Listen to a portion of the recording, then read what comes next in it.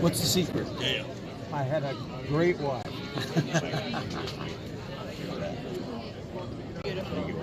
Absolutely gorgeous.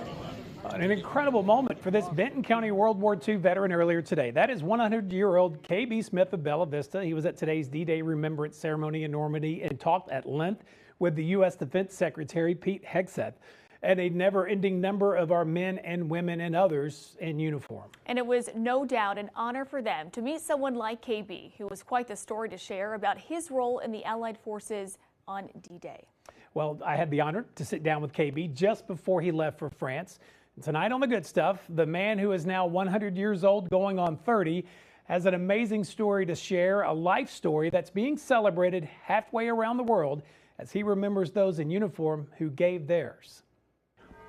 The wife and I used to sit in here and discuss our plans. There aren't many days World War II veteran K.B. Smith finds himself just sitting at home. Oh, I think it's kind of like going through a photo album and over the years. But when he does, I think because of the pictures, and it just gives me a sense of well-being. His sweet spot is sitting behind his desk with his incredible life on full display. I flew for the Civil Air Patrol from 70 to 98. He was once a pilot, a deputy. We met on a blind date in December 1st of 1950.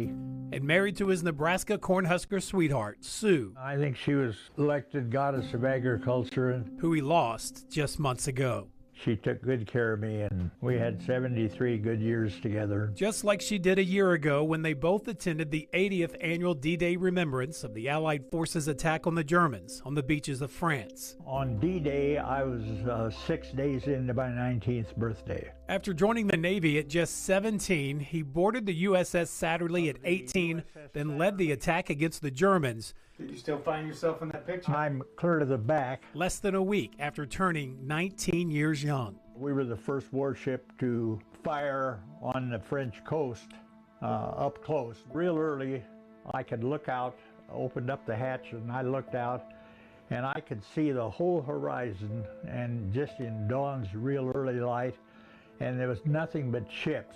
I thought, I wonder what the Germans thought when they looked out their pillboxes and saw all those ships coming. The Satterlee, along with the U.S.S. Arkansas and Texas, fired away at Germans in support of the Army's 2nd Ranger Battalion, faced with the near impossible mission of scaling the 100-foot cliffs at Omaha Beach. The real heroes were the ones that went up the cliff.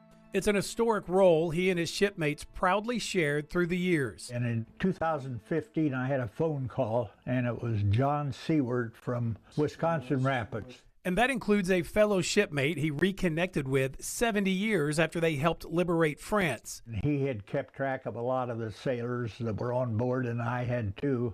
And over the years, we narrowed it down to 2. The only 2 crew members still alive during last year's D-Day Remembrance. And then in August of last year, we went up to his funeral. Leaving only KB now to share the stories of the Satterlee. It's been fulfilling, I'll say that. Yeah.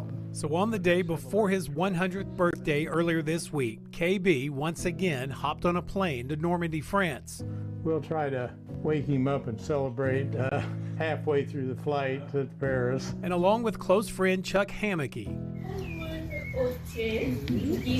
KB was welcomed back by an all-new extended family, the son of his Satterlee shipmate John Seward.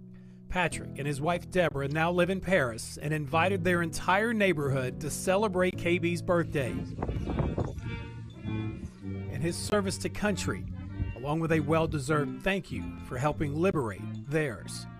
All of us had a part in it, and some gave their lives, and there they are. And it sure gave me a warm feeling to have been a part of that, but I'll tell you, the tears came down my cheeks, and not ashamed to admit it. What an incredible, incredible story. Incredible life, incredible Yes. person. I just know there will be a well-deserved birthday party for KB here once they two get back from that trip. And big thanks to his friend Chuck, who has shared so much of KB on this trip to Normandy and Paris. There were a few more images from today's 81st D-Day Remembrance and the many people he visited with. KB, thank you for your service and happy birthday.